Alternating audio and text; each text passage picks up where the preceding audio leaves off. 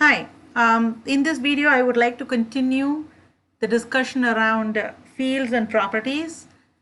So in this video we can see how to have some of the individual properties, basically like how to expose these outside without making it risky. Okay, so far all we have seen is we have seen how to create constructor.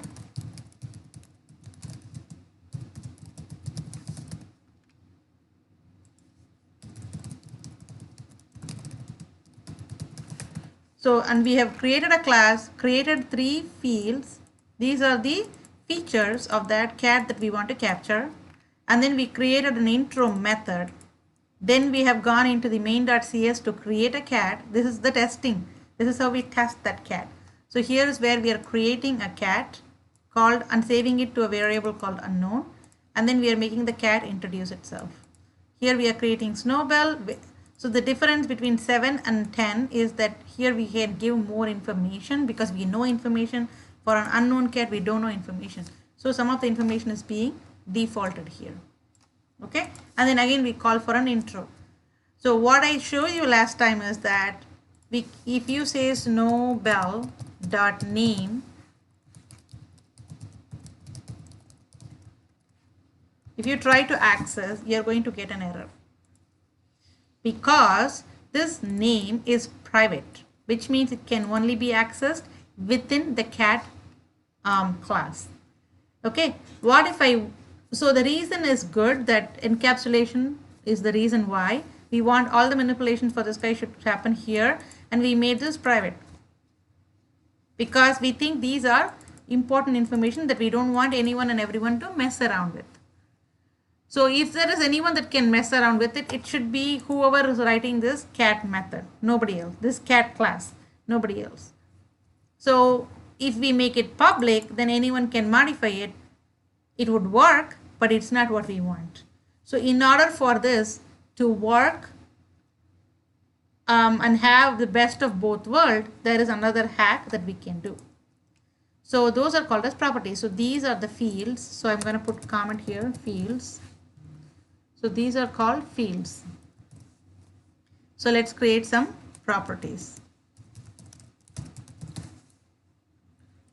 Okay, so we could create properties. So property is not only so we can modify this, we can also have properties because we want to have some validation on the data.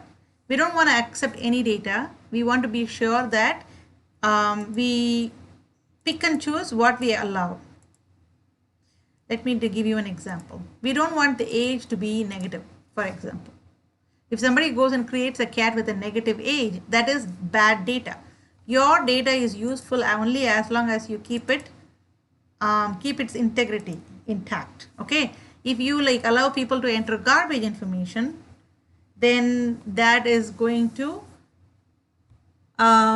make your data not useful anymore. Okay, so that is another reason why we can use properties. A property can be used to actually validate the data that is entered. So you could decide to throw away the data that somebody entered because it just doesn't meet with your criteria. So let me just create a property for all of these. So properties are going to be public because you want it to be accessible from outside. It is going to be the same. I'm creating a property for this name. So start with uppercase and then curly brace and then you say getter setter. Okay, it's such a quirky syntax, right? You have 101 questions now. Just bear with me for 1 second and I'll answer those.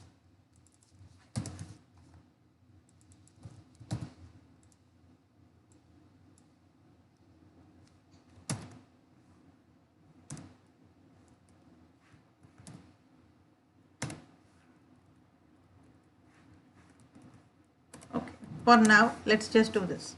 So a property is going to have the same name like this, except fields are going to be lowercase, property is going to start with the uppercase. Fields are going to be private, properties are going to be public.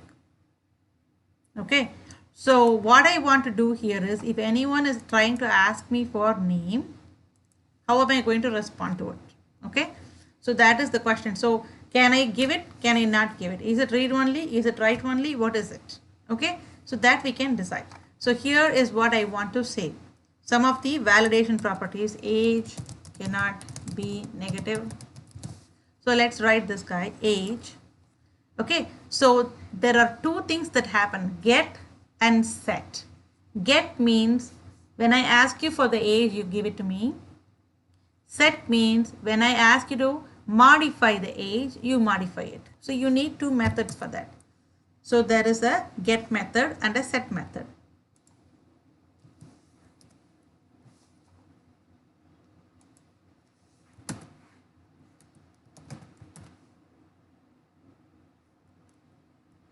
Okay, so get and set, two methods are there. So what happens now is when you ask for the age, you just return this age. No change, right?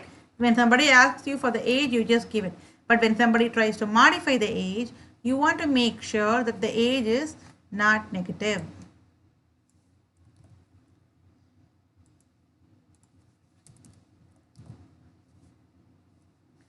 Make sure the age is not negative. How would you do that? So, anytime you want to set the value of a field, it gets stored in a temporary variable in its memory. The keyword is called as value. This guy will hold your value. So you can use this to see if value is negative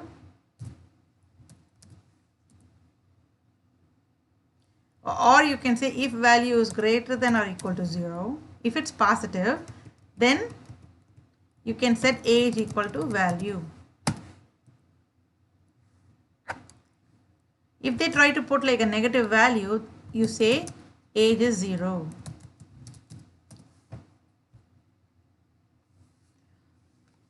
Okay, so the get is going to get the data for the cat and give it to you to display. The set is going to take the value that is internally stored in this value.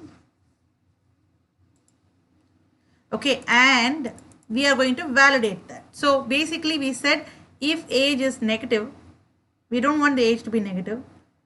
Okay, so what we want to do is we can actually even like write a console.writeLine here.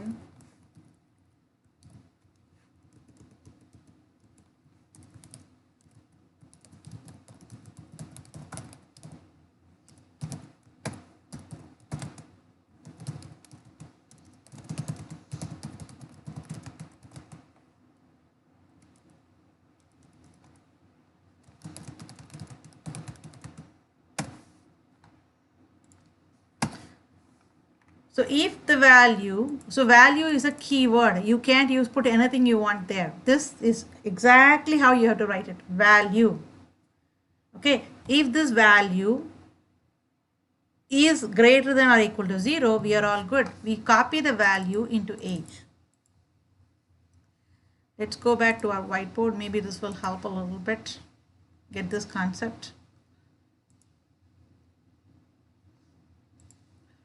So that's the main program. This is the cat program.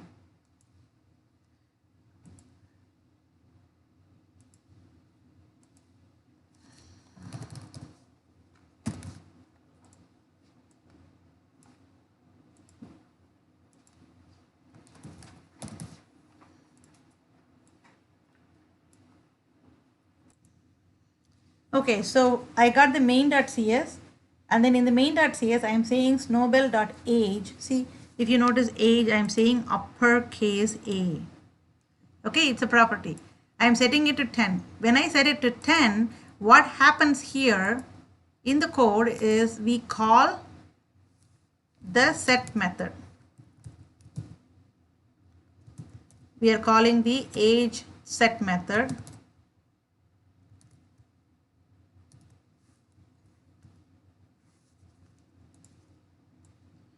We are calling this age set method. Okay, so when you set it to 10, we are calling this method. this 10 is not pushed into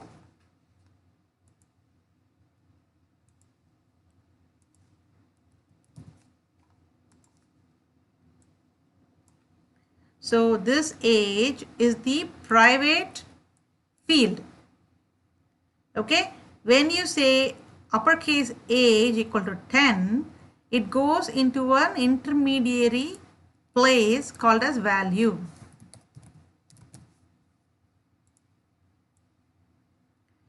Okay, this is where the value is being stored. The value is a keyword. You can change the value. Okay, here depending if this is valid or not, this will use the value. If it's valid, it will go and set the age to 10. If it's not valid, it will throw out the value and set age to 0. So value here is actually a keyword, which means it is something that is used internally by the C# code. Okay, so inside your setter you have to use the value keyword. So value is a reserved keyword.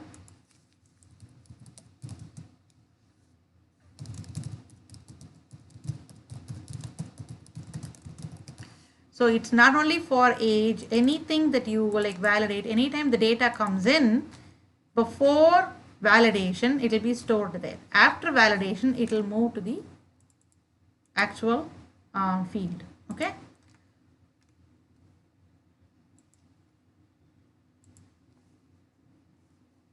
So there are 3 buckets, right? So this is a bucket.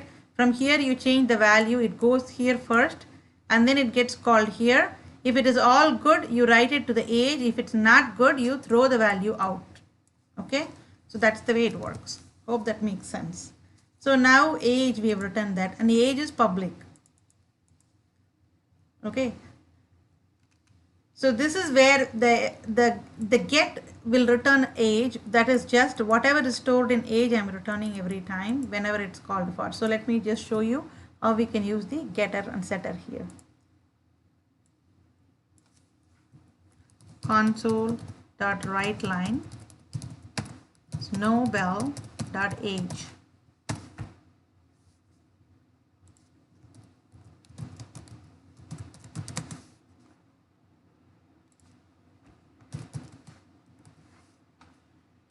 So this time when I run this,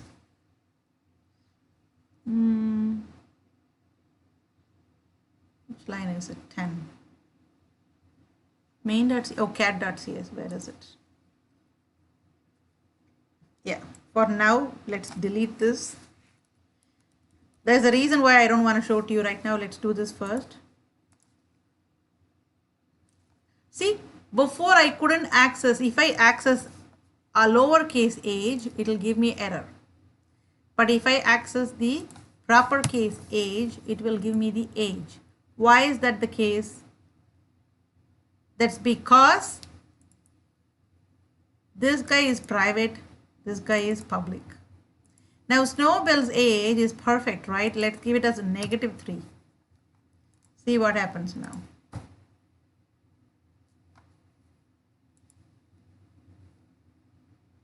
Okay, I'll tell you why this is happening. So it's not supposed to happen that way.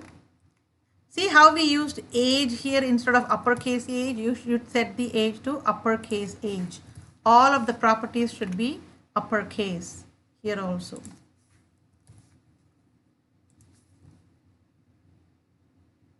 So Snowbell ID is there, name is there, age is 0. Why is it now 0? Because when you call this age, it goes through validation. If you call this age, it does not go through validation. So that's the reason why. So do not use fields directly, use properties. Everywhere use properties, okay? So you might be thinking now, okay, why do I have to do all this for name? Name, I'm not doing anything with name. ID, I'm not going to validate anything with ID. In that situation, what do you want me to do? So that is where you can just give it like this. Public string name get set. So in this case, it means, hey, I have nothing special to do for this particular one. So just let it be. Whatever they give, accept it. Whatever they set, we'll accept it. These are low risk. I don't want to spend too much time on it. So these are called getters and setters. And we are not writing any code. So it will be the default. Okay, now you can go and access. So now see, for each and every field, we have a property. We want to differentiate them. So this is all lowercase. Here, this is proper case. So let's change all of the code to use uppercase, the proper case. Property name instead of field name.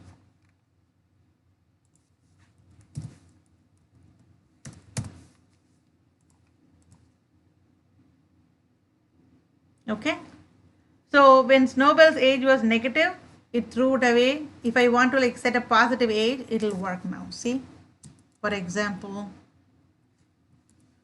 Snowbell.age equal to 11. If I do this, because it's positive,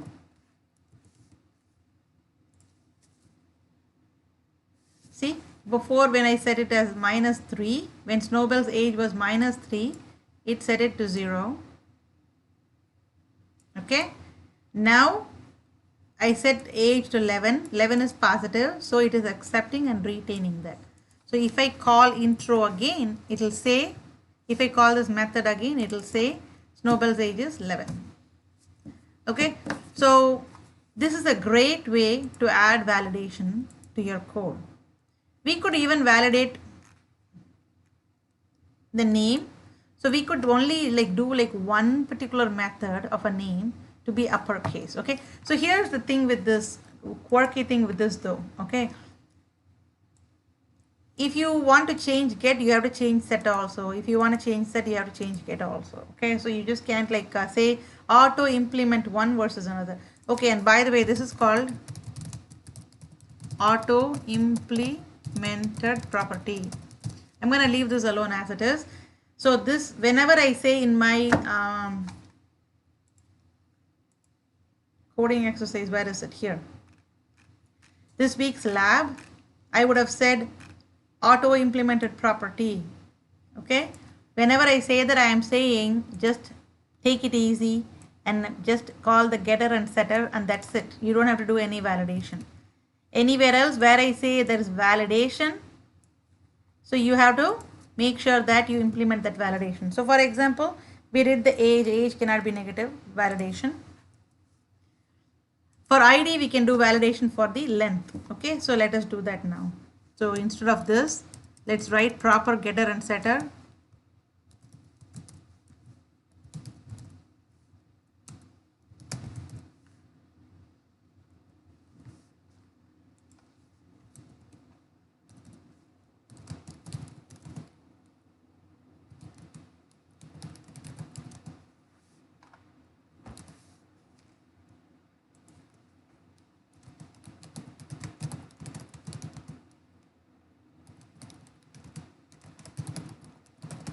So we are saying the length. The length of this ID has to be at least 5.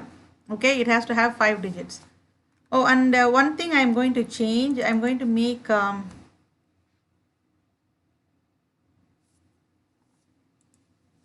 let me think about it for a second. Not the length. Okay, so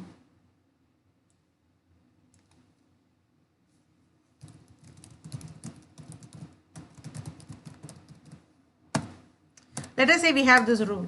ID has to be greater than 1000 because our starting serial number is 1000. Okay.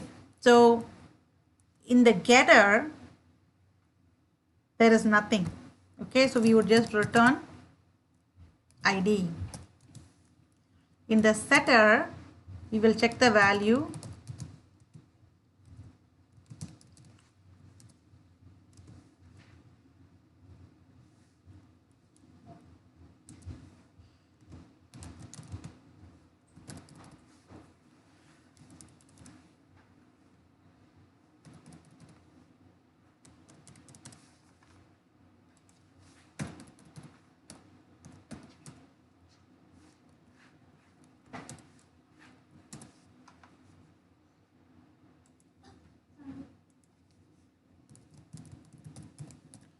So again, here we can use the value and then decide.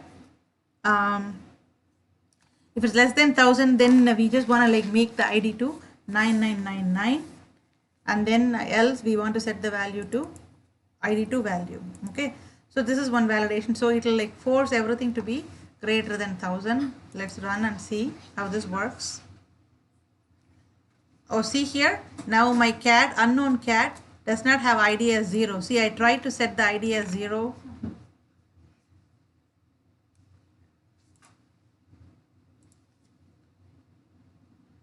Here, anytime I try to set the value as 0, it goes through the validation. Oh, sorry. It goes through the validation.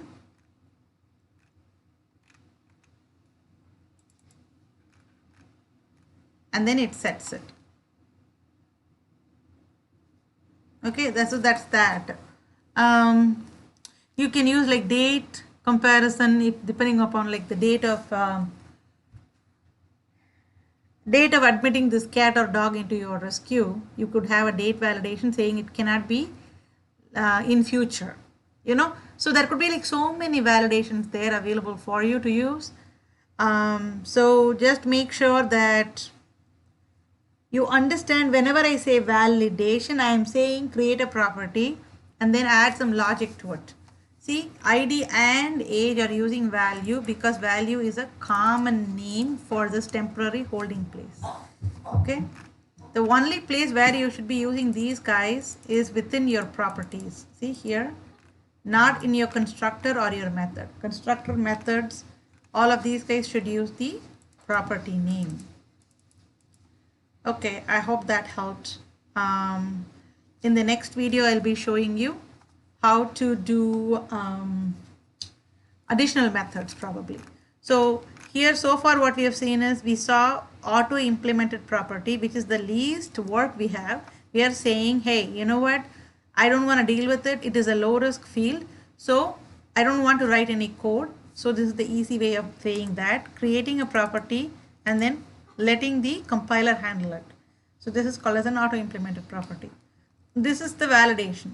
So if I say validation,